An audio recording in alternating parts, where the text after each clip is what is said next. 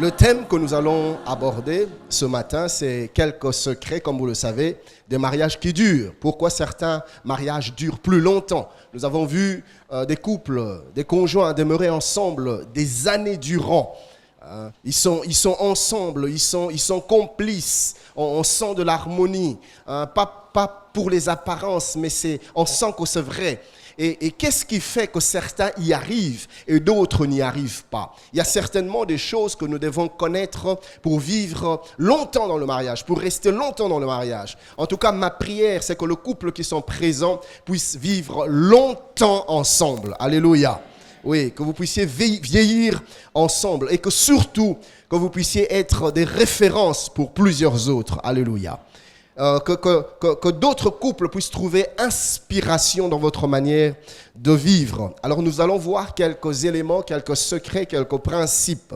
J'aimerais nous inviter à lire 3 textes. Le premier texte se trouve dans Ecclésiaste. Ecclésiaste, le chapitre 10, le premier verset, tout simplement. La Bible dit « Les mouches mortes infectent et font fermenter l'huile du parfumeur. Un peu de folie l'emporte sur la sagesse et sur la gloire. Les mouches mortes infectent et font fermenter l'huile du parfumeur. » Cantique, chapitre 2, verset 15e, la Bible dit, Cantique de Cantique, chapitre 2e, le verset 15e, la Bible dit « Prenez-moi les renards, les petits renards qui ravagent les vignes, car nos vignes sont en fleurs. » Et nous allons lire un long texte, mais qui nous parle, Proverbe 7. Nous allons lire du 1er au 27e verset. Proverbe 7, 1 à 7. La Bible dit ceci. « Mon fils, retiens mes paroles et garde avec toi mes préceptes. Observe mes préceptes et tu vivras. Garde mes enseignements comme la prunelle de tes yeux. Lis-les plutôt sur tes doigts. Écris-les sur la table de ton cœur. Dis à la sagesse, tu es ma sœur. Et appelle l'intelligence ton amie pour qu'elle te préserve de la femme étrangère, de l'étrangère qui emploie des paroles doucereuses. J'étais à la fenêtre de ma maison et je regardais à travers mon treillis.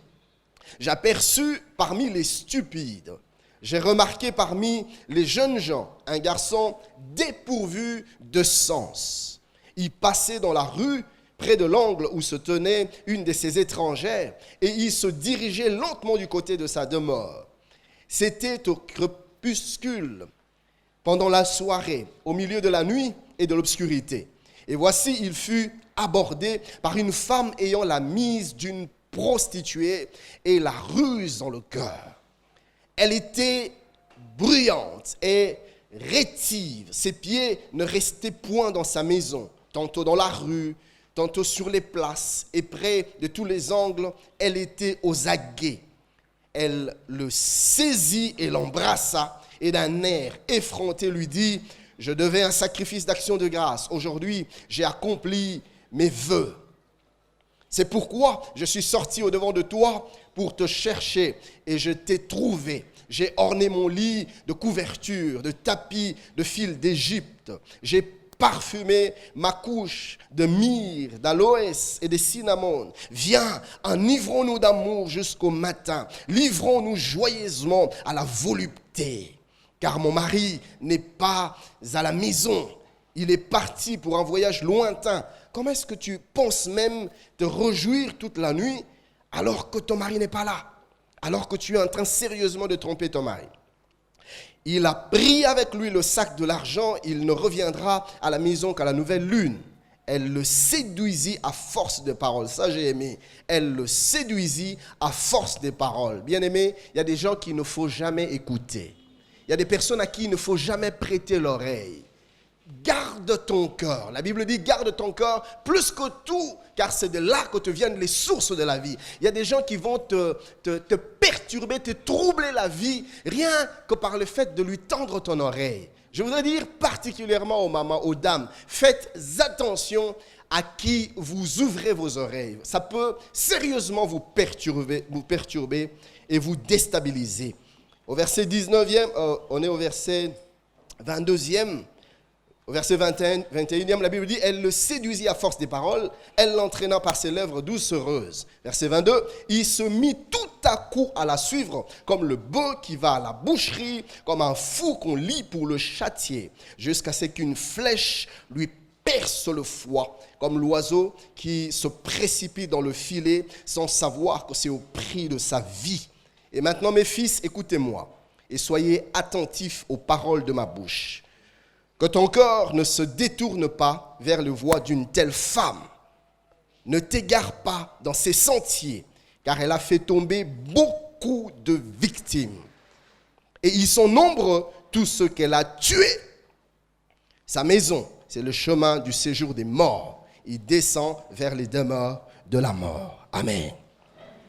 Je voudrais aborder mon sujet ce matin, ou plutôt mon sous-thème ce matin, par quelques images. Je vais en prendre 3. La première image que je vais prendre, c'est celle des mouches mortes. Le passage que nous avons lu, la Bible dit, les mouches mortes infectent et font fermenter l'huile du parfumeur. Vous voyez ?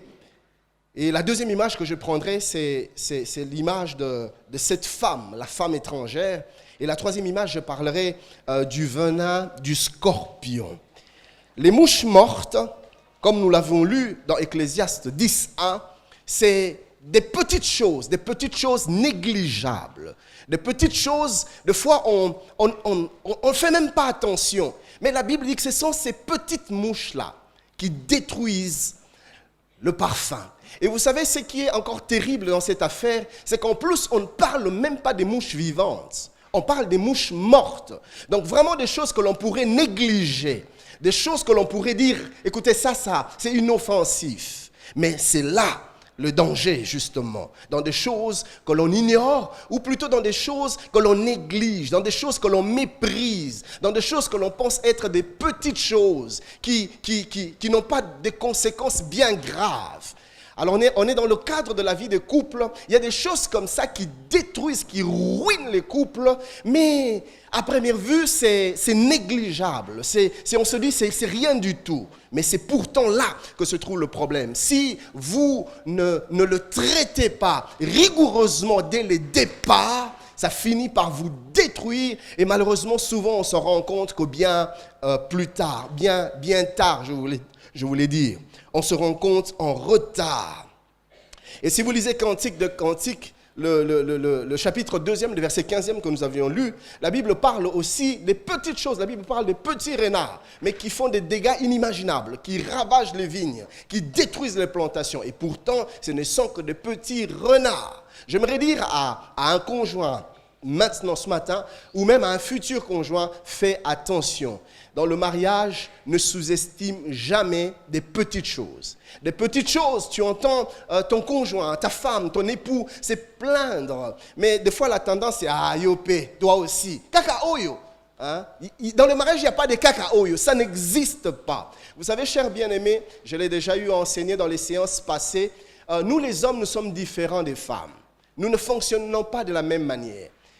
Et pour une femme, une chose peut être importante et même capitale, mais pour un homme, c'est banal, c'est rien du tout. Et la tendance, c'est de juger la chose par rapport à son entendement, par rapport à son appréhension, par rapport à sa perception. Et c'est là justement que le problème commence. Parce que tu vas te mettre à négliger quelque chose que l'autre tient à cœur. Et c'est source de frustration, c'est source de destruction, des blessures intérieures. Et le mariage se retrouve comme ça, très dérangé. Pourquoi? Parce qu'on a cru que ce n'était qu'une petite chose. Bien-aimé, une chose peut être négligeable pour toi, mais dès l'instant qu'elle représente une certaine importance pour ton épouse ou pour ton mari, du coup, ça devient une chose importante, une chose à considérer. Ça peut paraître vraiment bête. Vous savez, chers bien-aimés, dans le domaine du mariage, des fois, il faut être bête, entre guillemets. Des fois, il faut accepter de se rabaisser un peu, d'être à ce niveau-là. Parce que des fois, tout se joue à ce niveau-là. Le mariage, ce n'est pas un environnement où on vient étaler son intelligence, combien on est supérieur, combien... Non, dans le mariage, on s'efforce de descendre s'il le faut au niveau de l'autre. Pourquoi? Parce que je veux le rendre heureux, je veux la rendre heureuse, alors je suis prêt à descendre même jusqu'à son niveau. S'il faudra que les choses banales deviennent capitales pour moi, elles le deviendront. Pourquoi? Parce que je veux que l'autre soit heureux. Suis-je en train de parler à quelqu'un ce matin? Ok. La deuxième image que je vais prendre, comme je l'ai annoncé tantôt, c'est la femme étrangère. Ce texte est très parlant. La femme étrangère. La femme étrangère. La femme étrangère a quelques caractéristiques que je vais épingler rapidement. La première, c'est que justement, c'est une étrangère. C'est-à-dire quelqu'un ou quelque chose qui ne devait pas être là. Mais elle se retrouve là, mais la chose se retrouve là, ça ne devait pas être là. Ça peut être une relation, ça peut être une attitude, ça peut être un comportement, ça peut être une réaction, ça peut être une parole, ça peut être n'importe quoi. La femme étrangère peut être n'importe quoi, une étrangère. Mais le problème, c'est que cette chose, quand elle vient, on se rend compte qu'elle ne devait pas être là. Il y a des choses qui détruisent le couple tout simplement parce qu'on ne s'est pas rendu compte que dès le départ, il fallait l'éradiquer. On a négligé. Cette chose, il ne fallait pas la tolérer. Il ne fallait pas la laisser. Vous savez, la femme étrangère te donne l'impression qu'elle veut de ton bonheur. Elle te parle avec des paroles doucereuses. Mais la Bible nous montre la finalité. Comme on va le dire tantôt, la finalité, c'est que c'est le chemin du séjour des morts. Ça détruit ton couple, ça détruit ton conjoint. Mais c'est une chose qui ne devait pas être là. C'est une femme étrangère. J'ai pris ce matin qu'un marié puisse prendre la résolution d'enlever, d'éradiquer, d'extirper toutes les femmes étrangères qui empestent leur vie de couple. La deuxième caractéristique, c'est la femme étrangère ne vient jamais seule. Quand elle vient, elle arrive toujours avec elle. Elle s'emmène toujours avec trois choses. Premièrement, la ruine. Deuxièmement, un peu synonyme de la première, la destruction. Et troisièmement, la mort. Il y a des choses comme ça dans la vie des couples. Quand vous donnez accès, ça ne vient jamais seul. Ça amène la mort, ça amène la destruction, ça amène la ruine. Et troisièmement, la femme étrangère a pour troisième caractéristique qu'elle fait tomber plusieurs. Plusieurs se sont retrouvés par terre. Bien-aimés, des fois nous avons tendance à nous croire beaucoup plus forts que les autres. Des fois, nous avons tendance à croire que ce genre de choses n'arrivent qu'aux autres. Moi, ça ne m'arrivera pas. Écoutez, les mêmes causes produisant les mêmes effets. Si tu ne prends pas garde, tu finiras comme tous les autres. Tu entretiens une relation avec une petite fille à l'insu de ta femme. Bon, écoutez, moi je gère. Des relations que tu caches à ta femme, des relations que tu caches à ton époux, je gère. Des amitiés que l'autre ne connaît pas, je gère. Bien-aimé, tu vas te retrouver par terre. Pourquoi? Parce que plus grand que toi, plus intègre que toi, ont osé s'hasarder sur ce terrain-là et se sont retrouvés par terre. Tu n'es pas plus sage que eux. Suis-je en train de parler à quelqu'un? Tu veux préserver ton mariage, sois prudent. Sois sage. Ne sois pas sage à tes propres yeux, mais que la sagesse de Dieu t'oriente. Ne te crois pas plus fort que les autres. La Bible dit, cette femme a fait tomber plusieurs. Et j'ai pris ce matin que tu ne puisses jamais entrer dans le palmarès de la femme étrangère. Amen. Quatrième caractéristique, elle est subtile, la femme étrangère. Sournoise, elle sait s'y prendre. La femme étrangère te prend, elle t'emballe. Tu ne te rends même pas compte que tu es emballé. Il y a des choses comme ça dans la vie des couples. Ça vient, ça s'installe et ça commence à œuvrer, ça commence à détruire. Mais des fois, vous ne vous rendez même pas compte. La femme étrangère. Et dernière caractéristique, la femme étrangère, quand elle vient, elle fait des dégâts. Et souvent, on s'en rend compte que tard. Les conséquences sont déjà là. Les blessures sont déjà là. Les frustrations sont déjà là. La confiance est déjà brisée. L'insécurité s'est déjà installée. Et finalement, dans son propre couple, mais on n'est plus en paix. Avec son propre mari, mais on n'est plus rassuré. On ne se sent plus en sécurité. Quand elle n'est pas là, quand il n'est pas là, on n'est plus à l'aise. On est constamment tenté d'appeler. Mais chérie, tu es où? Tu es avec qui? Mais qu'est-ce qu'il y a dans ton téléphone? Mais je veux voir. Et puis souvent, celui de qui on contrôle les téléphones, il réagit avec une certaine impulsivité. Mais qu'est-ce que tu as à réagir, à regarder tout le temps mon téléphone? Mais c'est toi-même qui as créé ça. Un jour, je discutais avec le pasteur Roland et il me parlait d'un couple, un problème qu'il y avait dans un couple. Et puis, il m'a dit une chose qui est restée gravée dans mon cœur. Il me dit ceci, je vais paraphraser, il me dit, Ken, c'est que cette femme est devenue, c'est le résultat du travail de son mari. Il dit, c'est lui qui a créé ce monstre. Vous voyez? Mais des fois, on se rend compte que tard. Au départ, ton mari était doux. Ton mari était paisible, un charmant mari. Rien à dire, kitoko. Mais des années plus tard, c'est un tyran, c'est un dictateur, c'est un despote à la maison. C'est vraiment, on ne le reconnaît plus. Mais qu'est-ce qui s'est passé entre-temps? Entre le temps du départ et maintenant, qu'est-ce qui s'est passé? Souvent, les femmes étrangères passent. Quand je parle de la femme étrangère, c'est une image. Ce n'est pas forcément une prostituée avec qui tu serais allé. Mais je suis en train de parler de choses qui viennent des étrangers de manière des fois subtile que l'on néglige et qui détruisent. Et la dernière caractéristique, quand on se rend compte des dégâts, c'est souvent tard. Les frustrations sont déjà là. Les blessures sont déjà là. Et on se met à se battre pour réparer, pour arranger. Et pourtant, on aurait pu s'éviter ça si seulement on avait été sage au départ. Amen. La troisième image, avant d'aborder mon sous-thème, c'est le venin du scorpion. La Bible dit dans Apocalypse 9, 10, elle avait des queues semblables à des scorpions et des aiguillons. Et c'est dans leur queue qu'était le pouvoir de faire du mal aux hommes pendant 5 mois. Vous voyez, le venin se trouve dans la queue. Des fois, on ne voit pas. Donc, pendant le fiançailles, on ne voit pas. On découvre plus tard parce que voilà, il fait plutôt semblant. Elle fait semblant. Voilà pourquoi j'aimerais dire aux grands jeunes, vous qui êtes en train de réfléchir sur l'engagement, prenez votre temps. Prenez votre temps. Le temps est souvent révélateur. Il y a des choses que tu vas découvrir par le temps. J'aime dire aux jeunes, sois attentif à ce qu'il dit. Sois attentif à ce qu'elle dit. Vous savez, chers bien-aimés, la parole nous trahit toujours. Oui, la Bible dit que la bouche parle de l'abondance du cœur. Tu veux connaître ce qu'est une personne, écoute son expression. Écoutez, Dieu se révélait dans le monde par Jésus-Christ. Dieu voulant se manifester, s'exprimer, se démontrer au monde, montrer au monde qui il était, comment il agissait. Dieu voulant s'exprimer dans le monde, il est venu par Christ, Christ la parole. Et quand on veut connaître Dieu, on se penche vers sa parole parce que la parole révèle ce que nous sommes. Donc prends le temps de l'écouter. Quand elle parle, écoute.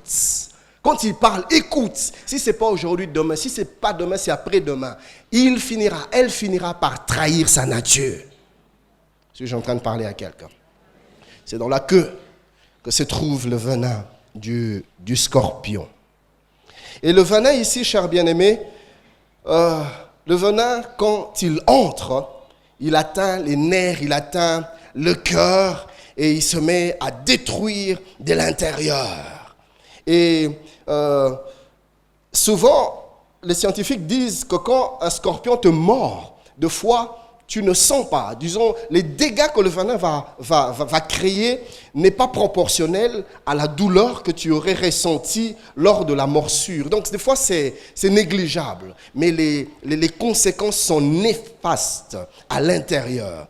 Et les scientifiques disent que les symptômes, après une morsure comme ça du scorpion, ne viennent que des fois 1 ou 2 heures plus tard. Donc, pendant un temps, il n'y a rien, comme si de rien n'était. Mais il y a un travail qui a commencé à l'intérieur. Et je prie l'Éternel que ce matin, que le Saint-Esprit agisse dans le cœur, afin que ce travail de destruction qui a commencé soit arrêté dans le nom de Jésus.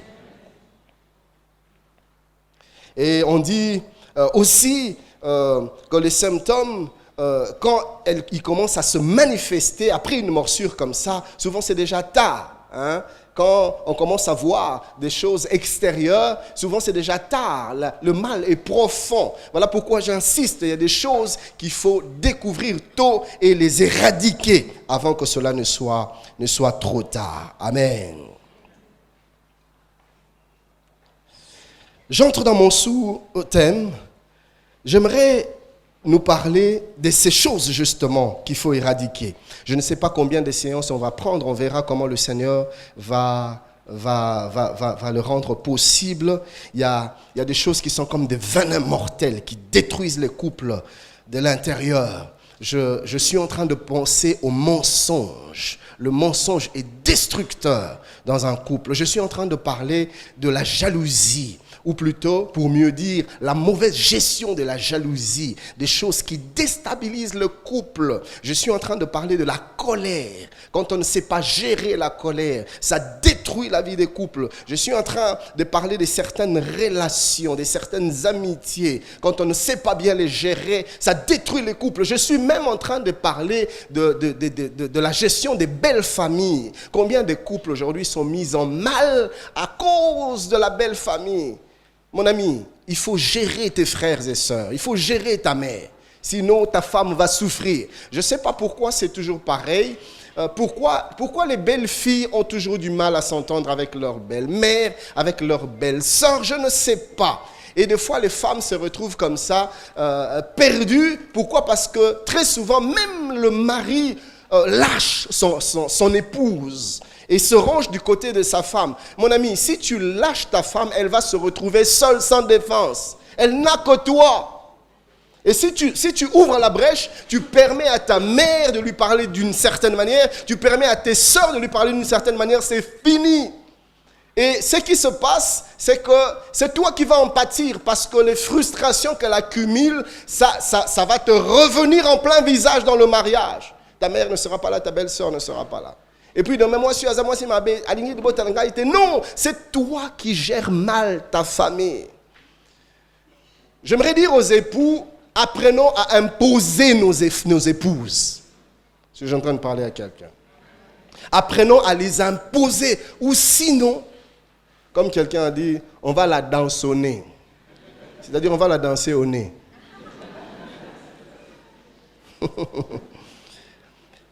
Mais on verra tout ça plus tard dans les détails, Dieu voulant. Aujourd'hui, j'aimerais nous parler de ce venin mortel, l'orgueil. L'orgueil dans le couple. L'orgueil dans le couple.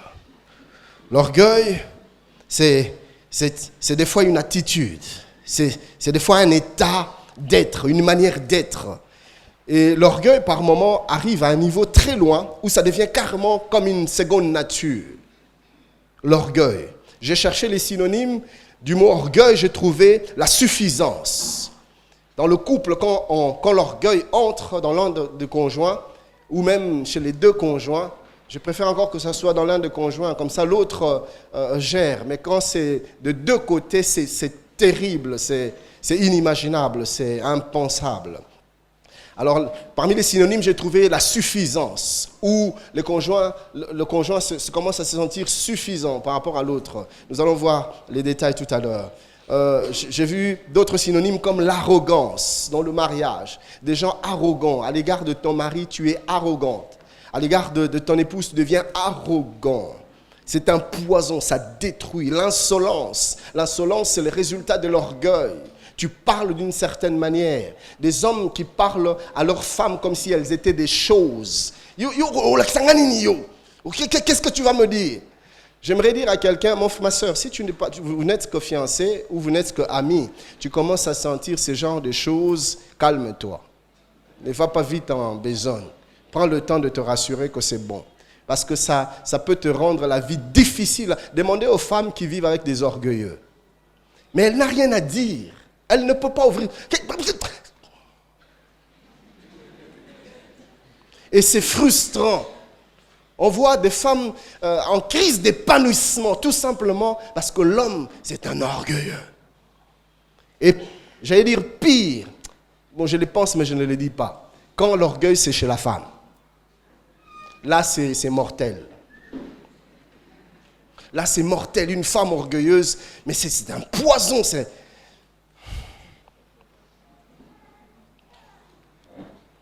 L'insolence, on sent dans le langage, on sent dans le regard. Des fois même en public. Et c'est que des fois on ne se rend pas compte, c'est que les gens ne sont pas dupes. Les gens savent voir. Si vous faites semblant,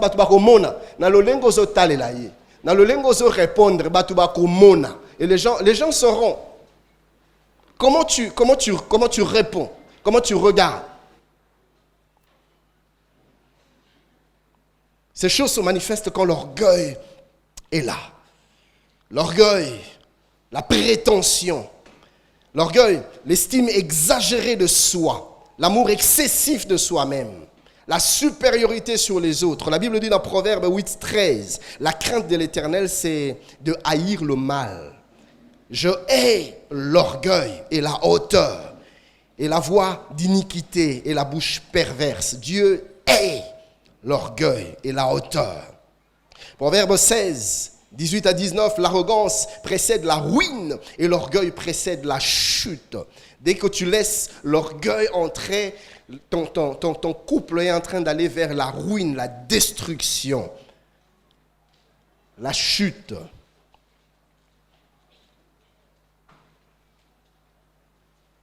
Alors je vais vous parler de certains points rapidement. C'est que l'orgueil, comme la femme étrangère, quand il vient, c'est jamais sans conséquences. Il y a des conséquences graves que l'on vit dans le couple. L'orgueil, pourquoi? Parce que l'orgueil te pousse à piétiner l'autre. L'autre n'a pas d'espace. L'autre n'a pas droit au chapitre. On l'écrase. Le mari qui écrase la femme. Ou la femme qui écrase le mari. On a vu des couples comme ça où c'est la femme qui commande, où c'est la femme qui dirige, c'est la femme qui veut prendre le devant, surtout les aînés. Pas na bino zalra mona liboso tala na libalo za mona liboso te oza moisi.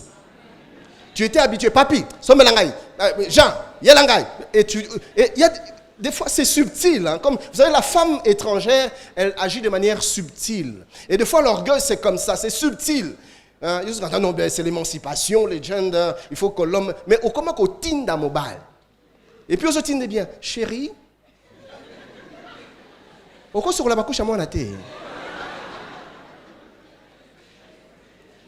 C'est là. Il y a des couples comme ça où c'est la femme qui commande. Mais c'est l'orgueil.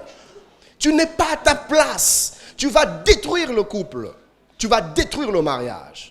La femme est appelée à être sous l'homme. La femme est appelée à être sous le leadership de l'homme. Ma soeur, ne prends pas le devant. Sorozagi liboso, zonga simambang. L'exa est liboso. Si je suis en train de parler à une épouse, mariée, c'est moi sinayo, mama zonga sim.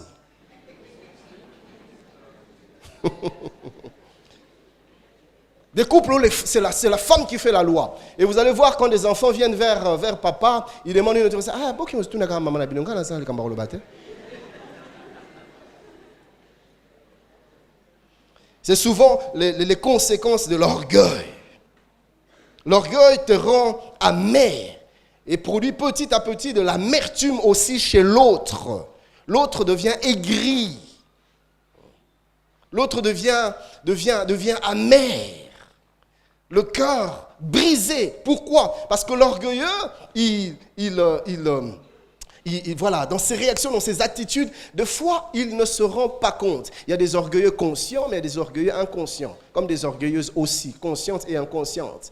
Et des fois, dans son inconscience ou dans sa conscience, il pose des actes, il lance des paroles, il manifeste des réactions, mais qui brisent le cœur de l'autre, qui détruisent le cœur de l'autre. L'orgueil. L'orgueil te rend insensible. Je suis en train de parler de ce que l'orgueil crée en nous, des conséquences de l'orgueil. L'orgueil te rend insensible aux souffrances, pas aux souffrances inconnues de femmes de serviteurs. L'orgueil te rend insensible aux souffrances de l'autre. Tu ne te rends pas compte qu'elle est en train de souffrir dans son cœur. Tu ne te rends pas compte qu'il est très mal dans sa peau de l'homme. Mais ce n'est pas ton problème. Pourquoi? Parce que tu ne penses qu'à toi. L'orgueil, c'est au fait l'égocentrisme, l'égoïsme. On ne pense qu'à soi. Mais l'autre est en train d'en souffrir. Et ça détruit le couple, ça détruit le mariage. Vous savez, chers bien-aimés, vous pouvez commencer votre vie de couple avec beaucoup d'amour, beaucoup de fougue, beaucoup de passion. Mais quand l'orgueil commence à se manifester, il y a des tiraillements, il y a des disputes, il y a des incompréhensions, des fois des incompréhensions inutiles, tout simplement parce qu'on veut faire parler son orgueil. On va le voir tout à l'heure. Des tensions inimaginables, des refroidissements de l'amour. Je vais finir par nous donner 10 caractéristiques de l'orgueil. 10. Première caractéristique, un conjoint orgueilleux va beaucoup aimer l'indépendance. Vous savez, chers bien-aimés, on ne peut jamais guérir d'une maladie aussi longtemps qu'on ignore sa présence. Il n'y a pas de pire malade que celui qui ignore sa maladie. Quand on commence à devenir conscient de sa maladie, c'est le traitement même, c'est la cure même qui commence. Parce que là, on sait s'ouvrir à des aides extérieures. Là, on sait prier parce qu'on devient conscient. On commence à reconnaître. Mais comment vas-tu reconnaître ? Il y a des signaux comme ça, il y a des indicateurs. Et là, je suis en train de donner ces indicateurs. Donc, c'est l'indépendance, l'amour de l'indépendance. Tu as du mal à accepter le contrôle de l'autre. Tu sors, tu ne dis pas. Tu rentres où tu étais, tu ne dis pas. Avec qui tu étais, tu ne dis pas. Et tu ne supportes surtout pas qu'il ou qu'elle te demande d'où tu viens. Maman, on est en prison. Donc, on a bimaté. Donc, tu n'as pas de na bango, na maman ya tekelenga malala na zando na yebisa yo. Na tu na ekombo po na yebisa yo. Papa, eza lo fundu. Ça te coûte quoi de dire à l'autre, tu vas rentrer tard ce jour-là, mais fais un SMS. Fais un WhatsApp. WhatsApp, fais-le activer car à $1 à 3 jours. Appelle, chérie, voilà, j'ai un tel contretemps, voilà, chérie, j'ai un tel programme, et puis voilà, ça ne coûte rien, ça rassure l'autre. Mais, permission. Non, tu n'as pas besoin de demander l'autorisation, mais donne au moins l'information, ça va rassurer l'autre. Sorry, maman, ça va? Ça va mieux? Ah, gloire au Seigneur. Ceux qui n'étaient pas là, pour ne pas se faire que nous ils ont le fond de terre. Makambo les gars qui ont aboyé habité.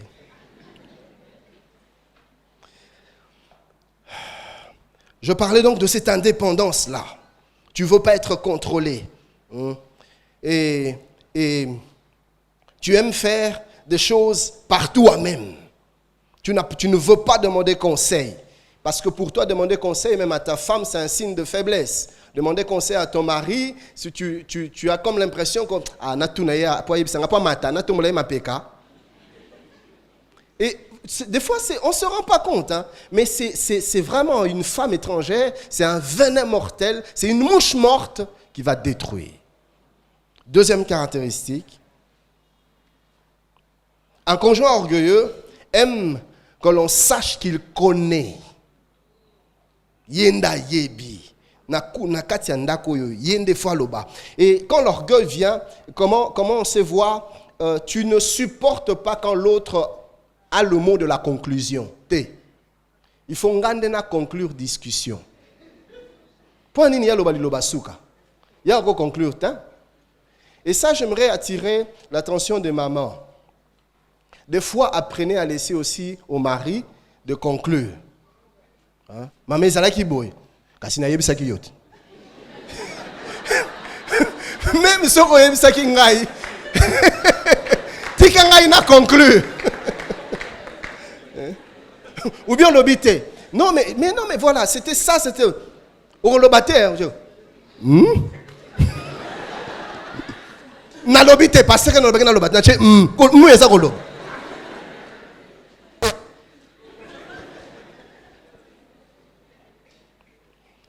On veut montrer que l'on connaît. On ne veut pas accepter l'opinion de l'autre. C'est son opinion qui doit passer. On ne supporte pas que l'on ne soit pas d'accord avec ce que l'on pense. On ne supporte pas que l'on ne soit pas d'accord avec ce que l'on dit. Les orgueilleux, c'est difficile de faire un débat avec un orgueilleux ou d'avoir une réunion de réflexion avec un orgueilleux. Il faut non, des fois tu dois accepter que tes idées ne passent pas. Bandimi idée na yote, bazui idée ya mutu mususu. Après la réunion, en tout cas bino benana ebite chef batila bino bamba buso babonde yango buso ndima. Ba orientation na pesi bino wana bo comprendre ngote pas pesa le fundo. Et dans le mariage, c'est terrible parce que c'est seulement ce que toi tu veux, un peu comme un petit capricieux, et ça détruit la vie de couple. En ce moment-là, on insiste sur ses avis et on critique la vie de l'autre. Tu te considères comme le seul détenteur de la vérité. Et vous savez, quand l'orgueil s'installe, on refuse même d'accepter le goût de l'autre. Donc, dit automatiquement pour na yueza mabe. Pour restaurant, on a yende muta memi yo restaurant les amabe, ba serveur balati mabe, ba tableau les amabe. Et puis écoutez, quand l'autre t'amène dans un restaurant, qu'est-ce qui se passe? C'est qu'en ce moment-là, restaurant on est comme yaye. Ce qu'on critique tableau et restaurant donc on critique. Je vous dis. On critique n'est pas serveur bazo pesa. Au moment où muta fa akomi kimia. Chérie, qu'est-ce qui se passe?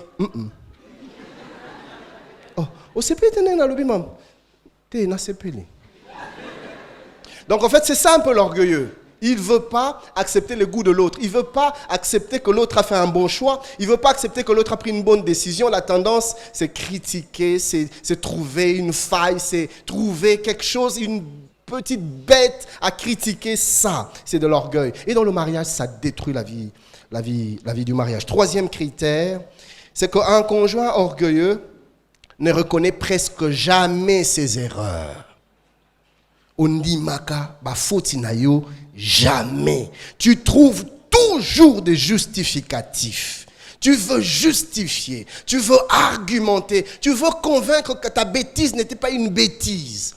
Et vous savez, quelquefois même, les orgueilleux ont cette manie de renverser la vapeur. C'est-à-dire, faut tes ala qui aille. Mais à couper ce argument, ti na souka à convaincre que ce que na sala qui boza yom tout ça, pour na yondo tinda kingai. C'est à cause de toi que j'ai réagi comme ci ou comme ça. Il n'accepte jamais ses erreurs. Elle n'accepte jamais ses erreurs. Tu lui parles de quelque chose. Ah, mais pourquoi tu as fait ça? Et bon, yo salangote. Yo no salangote. Quatrième caractéristique de l'orgueilleux. Un conjoint orgueilleux n'acceptera jamais les remarques. Déjà qu'il n'accepte jamais quand il a tort. Donc cela va de soi. Les remarques, il n'accepte. Il y a des gens qui sont j'allais dire, comment on appelle? Donc en fait, les remarques, ça ne passe pas. Allergique, voilà. Il y a des gens qui sont allergiques aux remarques. Ne lui dis jamais quelque chose qu'il a fait de mal. Et il y a des conjoints comme ça, malheureusement. Et c'est très frustrant de vivre avec une épouse ou avec un époux qui n'accepte jamais des remarques. Du moment que tu lui jettes des fleurs, c'est bon. Mais dès l'instant que tu commences à lui faire voir que, peu importe les méthodes, que tu le dises de manière directe, que tu dises de manière détournée, peu importe les méthodes, dès l'instant qu'il y a une remarque, c'est fini. Il se cambre. C'est de l'orgueil. Et ça détruit votre couple. Cinquième caractéristique, un conjoint orgueilleux demandera difficilement pardon. Difficilement. Asenga pardon. Pardon.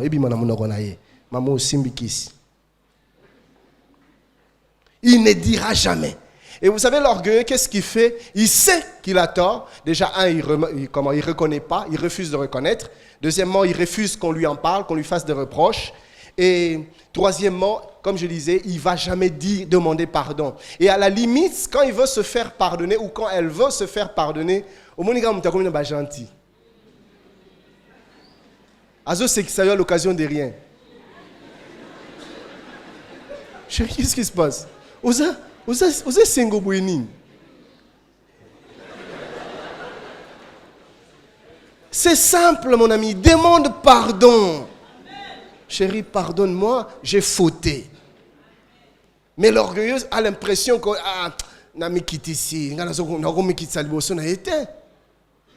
mais ça te tue. Parce qu'aussi longtemps que tu ne demandes pas pardon, dans le cœur de l'autre, ça reste. Tu vas faire des bons actes, tu vas amener des cadeaux, ou je ne sais pas quoi. Ça va peut-être passer, mais dans le cœur, il y a toujours un coin où une amertume se loge. Pourquoi? Parce que tu n'as pas demandé pardon. Ne fais pas des détours. Oh non, mon chéri, tout ça, carabatou, hein. Bisognos, tout ça, n'a pas faiblesse, n'a biso. Yo paye la caillou. Donc, ça, n'a pas makambuya, catholique, ça, n'a pas raté. C'est un pardon. Et cela va de soi, un orgueilleux qui a du mal à demander pardon cherchera, lui, qu'on lui demande pardon. Bon, yo senga et pardon te. Maman, pose ou à pongi. Vous comprenez, te, mouta servi misi mabundi.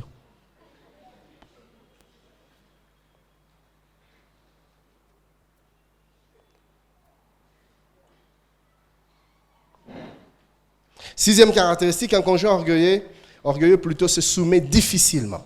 Ici, j'aimerais un peu plus parler aux épouses, parce que la Bible recommande aux femmes de se soumettre, d'être soumises. Et beaucoup d'épouses n'acceptent pas la soumission. C'est de l'orgueil. C'est de l'orgueil. Tu contredis tout ce que ton mari te dit. Et finalement, il y a des maris, bon, vous savez, nous sommes enfants de Dieu, nous sommes chrétiens, il y a des maris qui se sont finalement résignés, vous voyez. Ils se disent, bon, nazapima nzambe, narukosa ete, narudivorce pété, n'a supporté kaka. Mais dans le cœur, c'est mort. La femme ne veut jamais s'aligner. Tu dois toujours parler, tu dois toujours faire à ta tête. On te dit gauche, toi tu vas droite. Et des fois, tu le fais exprès. Tu sais que mon mari n'aime pas ça. Mais toi-même, des fois, mais pourquoi non salango? Ah, non salango. C'est tout un esprit. Si tu continues à garder ça, ça va prendre racine. Et ça, à un moment donné, ça deviendra même une possession démoniaque. Vous voyez? Parce que tu entretiens, et ça s'enracine, des femmes insoumises. Et c'est dur de vivre avec une femme insoumise.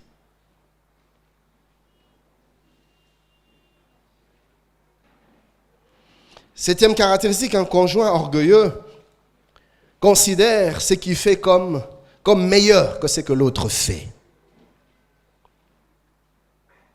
Huitième caractéristique, un conjoint orgueilleux rabaisse l'autre toujours, que ce soit de manière consciente ou de manière inconsciente. Et vous allez les remarquer par des paroles, toujours des paroles qui dénigrent, toujours des paroles qui rabaissent, toujours des paroles qui minimisent. Alamba bien, maman, yo vraiment la monument fort izana non. Mais ça te coûte quoi que de reconnaître qu'elle a bien fait? Ça te coûte quoi de reconnaître qu'il a bien fait? Toujours chercher à dénigrer. Vous savez, chers bien-aimés, je vais vous dire une chose. Tout à l'heure, je vais le redire, peut-être autrement. Mais souvent, l'orgueil provient des blessures intérieures. Quelqu'un qui a un problème de manque de confiance en soi va manifester beaucoup d'orgueil. Pourquoi? Parce qu'il veut se prouver en lui-même ou il veut se prouver en elle-même qu'elle est quelque chose, qu'elle vaut ou qu'il vaut quelque chose. Alors, le moyen qu'il trouve, c'est en rabaissant l'autre, en dénigrant l'autre. L'orgueilleux critique tout le temps. L'orgueilleux veut constamment parler de ses exploits. Il va prendre du temps, il parle de lui, il parle de ses exploits et il critique tout le monde. Il dit, bien. Donc, en fait, ça, c'est ça l'orgueilleux. pourquoi il fait ça? C'est comme un besoin de foi inconscient qu'elle a au-dedans d'elle de s'affirmer. Vous voyez? Elle veut sortir de ces malaises. Et le moyen, malheureusement, qu'elle trouve, c'est en méprisant les autres. 9e caractéristique, un orgueilleux parlera plus qu'il n'écoutera. Et des fois, il va avoir le monopole de la parole. Et très souvent, nous mettons ça dans le cadre caca. Non, mon des fois, c'est de l'orgueil. Depuis que tu as commencé à parler, tu ne laisses pas le temps à l'autre d'en placer aussi une. Une vraie pie.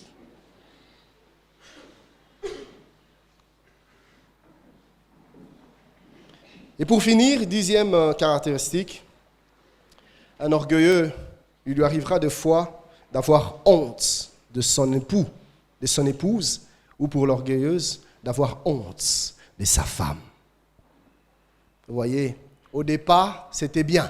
Mais à un moment donné, elle commence à avoir honte de toi. Tu verras, il y a des endroits où il ne t'amènera jamais. Pourquoi? Parce qu'à Komoyoko Soni, le problème, ce n'est pas toi, le problème, c'est lui. C'est son estime de lui-même, c'est son estime d'elle-même. Elle veut ou il veut tellement que les gens l'apprécient que dès l'instant que quelque chose ne va pas en toi, elle est prête à te sacrifier à cause de son orgueil. Voilà pourquoi, chers bien-aimés, ceux qui ne sont pas mariés et qui veulent se marier, je vais vous dire une chose, ou plutôt je vais vous poser une question. Quel genre de femme aimerais-tu épouser? Quel type d'homme aimerais-tu épouser? Il y a des gens qui cherchent des genres de personnes, que ce soit hommes ou femmes, avec une apparence frappante, une apparence attirante. Oh, mon Dieu, c'est hey! Moi aussi, hein. Il y a des gens qui aiment ça. Et dans sa quête de l'époux, dans sa quête de l'épouse, elle cherche ou il cherche une apparence qui frappe comme ça. En fait, c'est son orgueil qui veut entretenir. Quand il vient vers toi, ce n'est pas toi qui l'aime. Il aime l'estime ou la valeur ajoutée en termes d'appréciation ou de reconnaissance que tu vas lui apporter. Est-ce que quelqu'un est en train de me comprendre? Donc, à lingi yote, mais à milingi. Donc, azuyo po asalela kitoko na yo, asalela koloba na yo, asalela ba moyen na yo. Vous voyez? Tu ne l'intéresses pas. Il est intéressé par lui-même et il veut t'utiliser. Ça, c'est de l'orgueil. Pourquoi veux-tu seulement cette fille-là? Est-ce que tu l'aimes ou c'est tout un projet orgueilleux que tu as derrière ce choix? Comment sortir de l'orgueil? Si vous voulez sauver et préserver votre couple, chers bien-aimés, il est temps de vous débarrasser de l'orgueil. Vous pourrez trouver plusieurs autres caractéristiques que je n'ai pas mentionnées, mais en tout cas, si vous vous êtes retrouvés, s'il vous plaît, ne persévérez pas avec ce venin, parce qu'à un moment donné, ça deviendra tard. Votre couple sera par terre. Donc, premièrement, il faut commencer par reconnaître, comme j'ai dit. Tu reconnais ton orgueil. Proverbe 28, 13, la Bible dit, « Celui qui cache ses transgressions ne prospère point.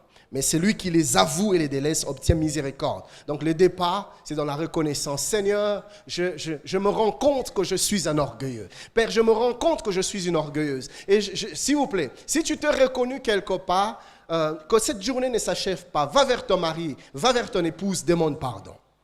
Chérie, je t'ai fait souffrir, je me suis rendu compte, à cause de mon orgueil. Pardonne-moi. Et c'est là que la réparation commence. Alléluia. Car des fois, nous sommes plus faciles à arranger de manière verticale, mais nous oublions que nous devons aussi arranger de manière horizontale. Tu arranges avec Dieu, mais arrange. Le fils prodigue dit, je rentrerai, je dirai à mon père, j'ai péché contre Dieu et contre toi. Vous voyez? Répare aussi avec l'autre. Commence par reconnaître et répare. Et des fois, comme j'ai mentionné tout à l'heure, l'orgueil vient de blessures intérieures, de ce sentiment de sous-estime, si je peux dire ainsi, que tu ressens par rapport à toi-même, que tu veux combattre en brimant les autres, tu dois être guéri de ce problème-là. Va voir les hommes de Dieu, échanger, discuter, et qu'on prie pour toi. L'orgueil peut aussi provenir, pour finir, de l'hérédité. Vous savez, chers bien-aimés, il y a des coins comme ça dans notre pays où les gens sont réputés être dans ça. Donc, pour bango lo lendo ezana makila. Batu ya kote kuna. Oui, tu épouses un homme de là-bas. À moins que Christ a les kawana. Et puis, tant que Christ a les qui, il ne faut pas permettre que Christ a les kaba côté nyonso. Parce que Rosa n'est moi nzambe mais l'olenso. Il est comme ça. Ou quand c'est une femme, il vous comme ça. Pourquoi? Azam tabakote. Mais ce que j'aime, c'est ce que la Bible dit dans 1 Pierre 1,18. Sachant que ce n'est pas par des choses périssables, par de l'argent ou de l'or, que vous avez été rachetés de la vaine manière de vivre que vous aviez hérité de vos pères. Le sang de Jésus nous rachète de cette vaine manière de vivre. Alléluia. L'œuvre de Golgotha est une œuvre parfaite, est une œuvre totale. Tu peux être libéré de toute forme de servitude. Si c'est un problème qui vient de l'hérédité familiale, de l'hérédité spirituelle, le sang de Jésus peut tout enlever. Il suffit que tu reconnaisses, que tu ouvres ton cœur, que tu t'humilies. La Bible dit, humiliez-vous sous la main puissante de Dieu et il vous élèvera au temps convenable. Celui qui s'humilie sera élevé. La Bible dit, l'orgueil précède la ruine, mais l'humilité précède la gloire. Votre vie de couple peut entrer dans une autre dimension de gloire que Dieu vous a réservée. Le problème, c'est ce venin, c'est cette femme étrangère, c'est ces mouches mortes que vous devez écarter. Que Dieu vous bénisse.